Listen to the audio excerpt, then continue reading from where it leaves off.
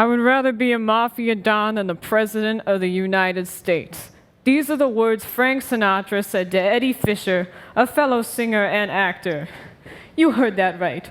Francis Albert Sinatra, the same man who said, "A simple I love you means more than money." Clearly, this man is not as he appears. My uncle is bought into a couple of conspiracy theories surrounding Frank Sinatra and his connections to La Cosa Nostra, and I would often research this as a hobby. As I dug deeper into the rabbit hole, I discovered many of these theories have an ounce of truth in them. Let's begin. Back when Frank was younger, he was desperate for fame, so he naively signed up for a contract with the tough-as-nails Tommy Dorsey, who basically owned him and would keep him forever. He owed Tommy Dorsey 1/3 of everything he made, with an additional 10% to Dorsey's agent. In 1943, Sinatra's representatives offered him $60,000 to tear up the contract, but Dorsey refused. And it took months of hard negotiating to get him to crack. A couple of these negotiations had a threatening aura to them. Tommy Dorsey recounted that 3 men had a meeting with him and brought with them a contract that would release Sinatra. These men talked out the sides of their mouths and ordered him to sign or else. Willie Moretti, underboss of the Genovese crime family and mafia godfather to Frank Sinatra, bragged about a visit he and his associates made to Dorsey. What he did was he snuck into Dorsey's dressing room, stuck a pistol into the band leader's mouth, and told him to release Frank Sinatra from his contract for $1, saying that it would be his signature or his brains on the contract.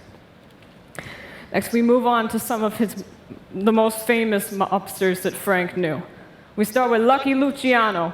He united the 5 families of New York and was the first to welcome Jewish and Irish people into his gang. For example, Meyer Lansky, also known as the mob's accountant, and Benjamin Bugsy Siegel. Frank is said to be responsible for getting Lucky thrown in jail. He went on a trip to Havana, Cuba with Al Capone's cousins, and he was bragging about it in a bar, and one guy overheard him and called the authorities. And as a gift to Lucky, he gave him a golden cigarette case with the inscription on the inside that said, "To my dear pal Charlie, from his friend Frank." And Frank, he brought a briefcase with him to Havana, and it had $2 million in it to pay allegiance to Lucky Luciano.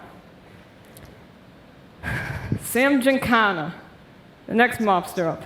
He drove a pink Cadillac, smoked Cuban cigars, and wore sharkskin suits. Frank loved Sam and was always doing him favors. One time at a casino,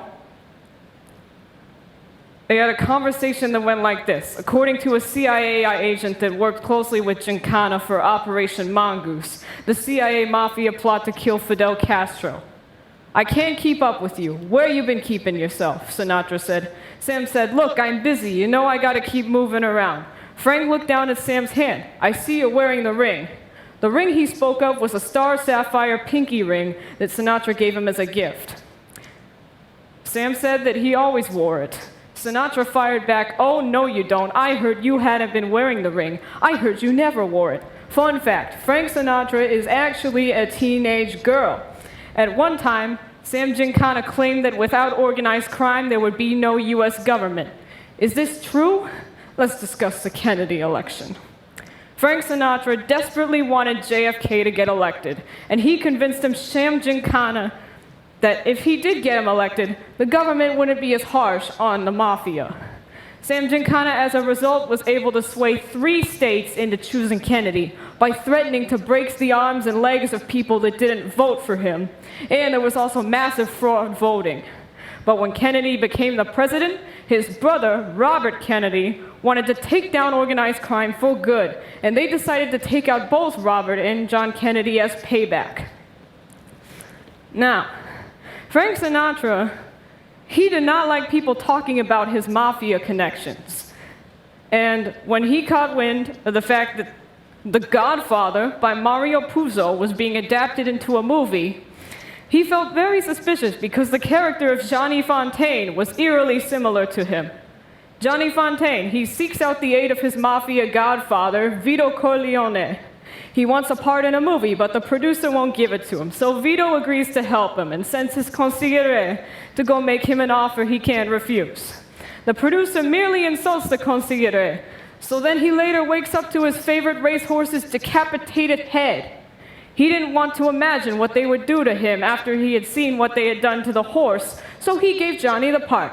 Many people speculated that he got the part of Maggio in From Here to Eternity, the same way Johnny Fontaine got the part in his movie.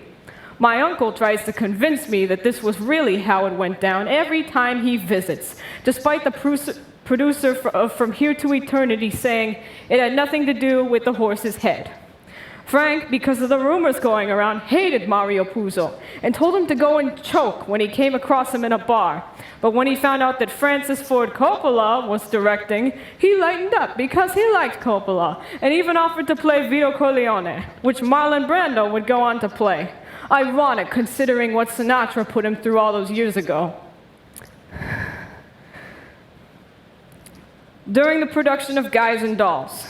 Guys and Dolls was a gangster musical comedy starring Frank Sinatra and Marlon Brando, and it was going to be adapted into film. For example of this animosity between the two actors, during filming, there was a scene where Frank had to eat a cake. And so Marlon Brando would keep messing up the take on purpose, causing Frank to get sick from eating so much cake because he had to eat a cake every time. Now, one day, Marlon Brando was getting visits from Frank's ex-wife, Ava Gardner, who he still carried a torch for, as he put it. And she spent the entire day on set in Brando's dressing room. Later that night, Marlon Brando stopped at a rest area on his motorcycle, and 3 men pulled up and stuffed him into the back of a car. And Marlon Brando here, in his own words, and no, I'm not going to do the voice, said, "One of the goons told me he was going to offer me a choice. He could kill me, a quick and easy death with a bullet in the heart, or else he'd let me live. If he let me live, he'd castrate me and carve up my face so that no plastic surgeon could ever repair it." He went on to say that he had never been so terrified in his life and that he was sweating blood. He also soiled his pants.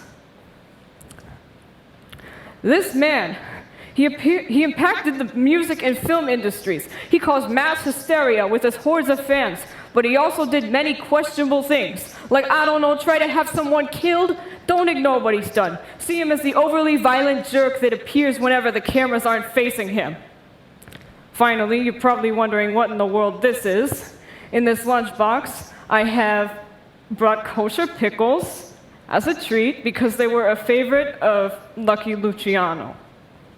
And there's enough for everyone. Thank you.